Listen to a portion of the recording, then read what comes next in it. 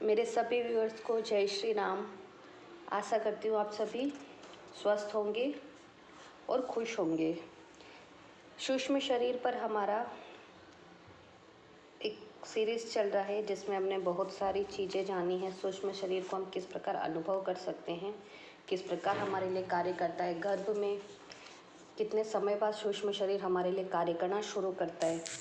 इसी को आज हम आगे बढ़ाते हुए कि हमें बार बार जन्म क्यों मिलता है, जिसको हम पुनर्जन्म कहते हैं, उसका मुख्य उद्देश्य क्या है, उस पर बात करेंगे। तो देखिए, जब सृष्टि का निर्माण होता है, सृष्टि के आरंभ में, तब परमात्मा के अंश रूपी हम सभी को एक आत्मा मिलती है। मतलब कि आपने सुना होगा, कहते हैं कि सभी में परमात्मा का वास है। तो जो आत्मा है वह परमात्मा का ही अंश है। अंत में जाकर उसे परमात्मा में ही मिल जाना है।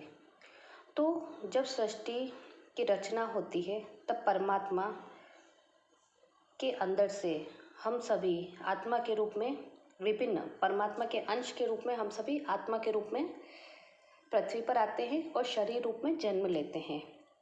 तो अस्तित्व जो है, हमारा मूल अस्तित्व, वो कह सकते हैं कि परमात्मा ही हमारा मूल अस्तित्व है।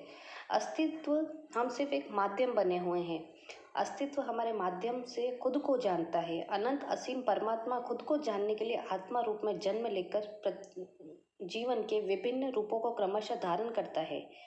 इसे कामना कहते हैं। हिंदू धर्म के अनुसार आत्मा को 84 लाख योनियों में जन्म लेना पड़ता है। जो हमारे भगवान श्री हरि हैं, उनका दशावतार भी इसी तरह इशारा करता है। पहला अवतार जो कि मत्स्य अवतार है, उनका मत्स्य अवतार अर्थात कि जीवन में सबसे पहले पानी आया है। दूसरा अवतार कच्छप अवतार है, अर्थात जीवन और धरती दोनों पर, जीवन में जो पानी और धरती दोनों पर संभव है। तीसरे अवतार में वराह अवतार अर्थात फिर जीवन धरती पर आया। जैन धर्म के अनुसार पहले 1 इंद्रिय जीव हुए, फिर 2 इंद्रिय, फिर 3 इंद्रिय, फिर 4 इंद्रिय। इस तरह मनुष्य जैसा 5 इंद्रिय जीव फिर अस्तित्व में आया। अभी महामानव का अस्तित्व में आना बाकी है। अगर हम विज्ञान विषय पढ़ते तो डार्विन का विकासवाद भी यही कहता है कि चट्टानों में भी जीवन है, खनिज भी प्रजनन करते हैं। यह सिद्ध हो चुका है। वैज्ञानिकों के अनुसार जीवन विकास का क्रम चट्टान, खनिज, पेड़ पौधे, कवक, जलचर, उभयचर, भूचर तथा अंत में मनुष्य है। फंगस पेड़ पौधों व प्राणियों के बीच की कड़ी है। उभयचर जैसे मेंढक, कछुआ इत्यादि जलचर और भूचर के बीच की कड़ी है। आइए हमारे टॉपिक पर बात करते कि पुनर्जन्म क्यों हमें मिलता है, बार बार क्यों हम 84 लाख योनियों में जन्म लेते हैं, क्या उसका उद्देश्य होता है। पुनर्जन्म का मुख्य उद्देश्य हमें अपने मिशन को पूरा करना होता है, या जो सबक हमें मिला होता है उसको हमको सीखना होता है। एक सबक को सीखने के लिए हमें निश्चित जन्म मिलते हैं। अगर हम सब सबक नहीं सीखते तो जीवन और कठिन और कठिनतम होता जाता है। अस्तित्व स्वयं ऐसी परिस्थितियां निर्मित करता है कि हम किसी तरह से वह सबक सीख लें। शुरू में हमें छोटे छोटे सबक मिलते हैं, बाद में सबक बेहतर व उच्चतर होते जाते हैं। इसको हम ऐसे समझेंगे कि जैसे किसी व्यक्ति, किसी मनुष्य का जन्म किसी विशेष उद्देश्य के लिए होता है। जब आत्मा शरीर रूप धारण कर रही होती तब वह अपने स्पिरिट गाइड से प्रॉमिस करके आते हैं कि इस उद्देश्य को पूरा करने के लिए हम पृथ्वी पर जा रहे हैं या जन्म ले रहे हैं। परंतु भौतिक जीवन में आने के बाद माया उस आत्मा पर इतना हावी हो जाती है, माया का प्रभाव, इस कारण वह भौतिक जीवन में उलझ जाता है, संसार में उलझ जाता है और अपने जन्म के उद्देश्य को भूल जाता है। तब उस व्यक्ति के जीवन में अस्तित्व या प्रकृति या यूनिवर्स कह सकते हैं, ऐसी ऐसी परिस्थितियों का निर्माण करता है कि वह चाहे मजबूरी में कह लो, चाहे संयोगवश कह लो, वह व्यक्ति उस मिशन पर चलना शुरू कर देता है जिसके लिए वह इस पृथ्वी पर आया है। शुरुआत में उस मिशन से संबंधित भी शुरुआत में उस व्यक्ति को छोटे छोटे सबक या छोटे छोटे टास्क मिलते हैं। इसको ऐसे समझते हैं जैसे शुरुआत में हम नर्सरी कक्षा, फिर एलकेजी कक्षा, फिर एचकेजी, फिर फर्स्ट, ऐसे करके ही हमारी डिग्री कंप्लीट होती है कॉलेज की। तो इसी तरह जिस मिशन के लिए हमने जन्म लिया है उसमें भी शुरुआत में हमें छोटे छोटे सबक मिलते हैं। जैसे जैसे हम उन टास्क को कंप्लीट करते जाते हैं वैसे ही सबक और बेहतर और उच्चतर होते जाते हैं। निचली योनियों के सबक कठिन परिस्थितियों में भी जीवन को कैसे बचाएं, किस प्रकार रखें, इस प्रकार होते हैं।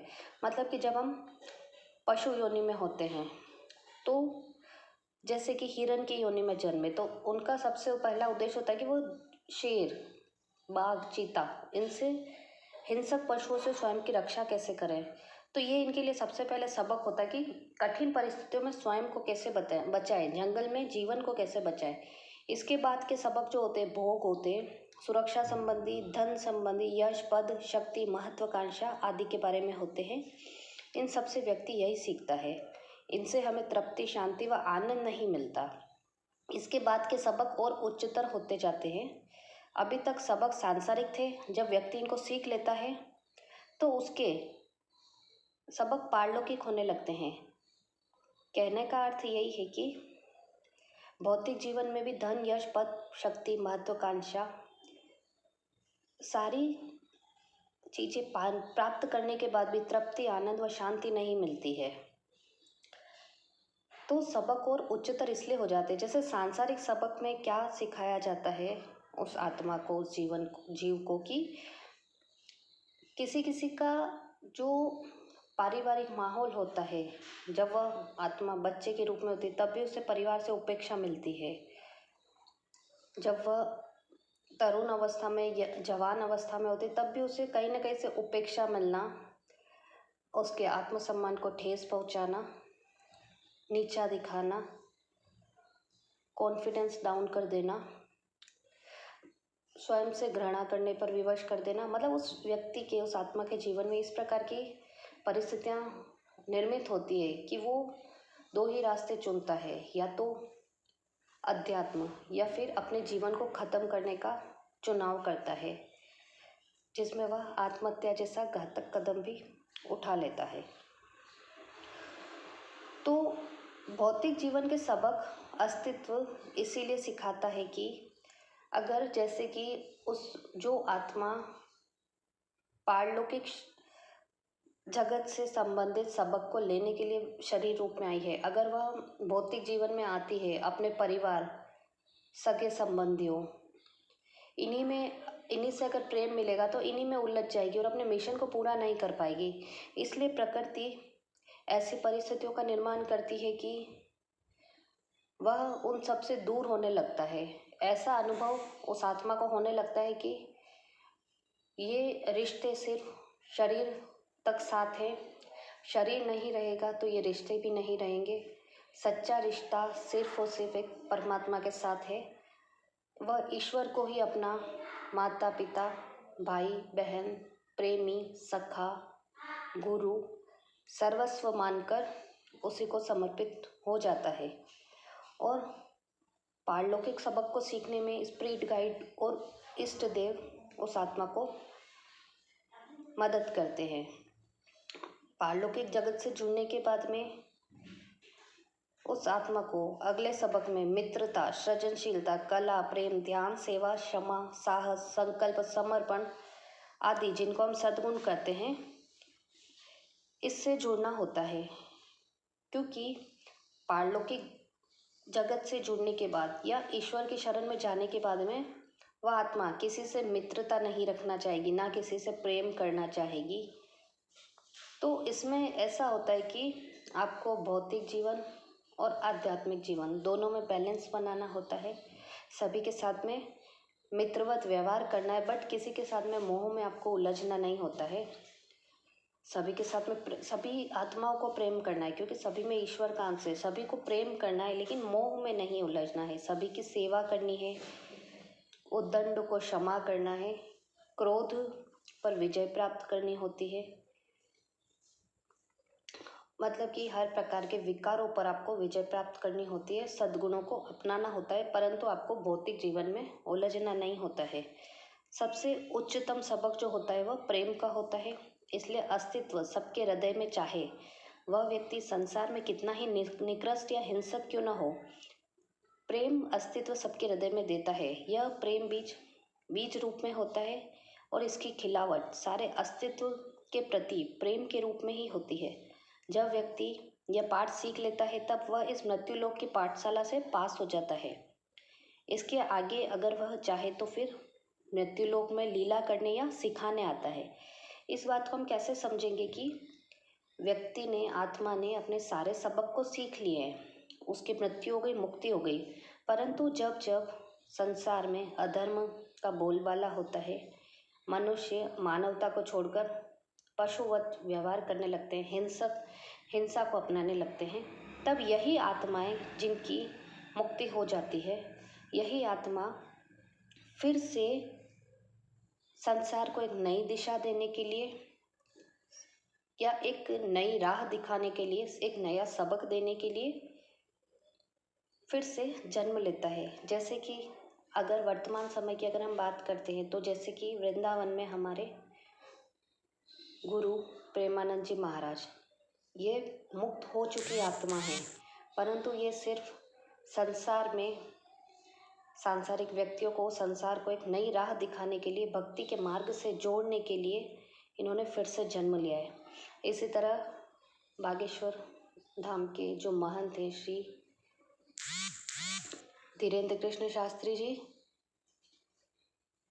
उनको भी हम इस श्रेणी में रख सकते हैं कि वे सिर्फ समाज को एक नई दिशा दिखाने के लिए उन्होंने जन्म लिया है।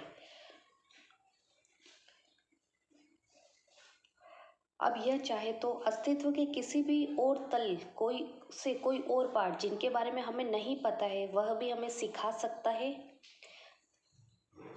आपने देखा होगा जो प्रेमानंद जी महाराज हैं या जो बागेश्वर बालाजी के महंत श्री धीरेन्द्र कृष्ण शास्त्री जी हैं, सभी लोग हनुमान जी की पूजा का विरोध करते हैं। स्त्रियां हनुमान जी की पूजा नहीं कर सकती हैं, परंतु इन्होंने इस बात का खंडन किया है। इन्होंने स्पष्ट शब्दों में कहा है कि आत्मा स्त्री और पुरुष सभी के भीतर समान रूप से विद्यमान है। स्त्री और पुरुष सिर्फ जैसे हमारे शरीर पर वस्त्र हैं, इसी तरह आत्मा का वस्त्र स्त्री और पुरुष हैं। सभी को हनुमान जी की पूजा करने का अधिकार है, सभी को परमपिता परमेश्वर की शरण में रहने का अधिकार है। तो इनके इस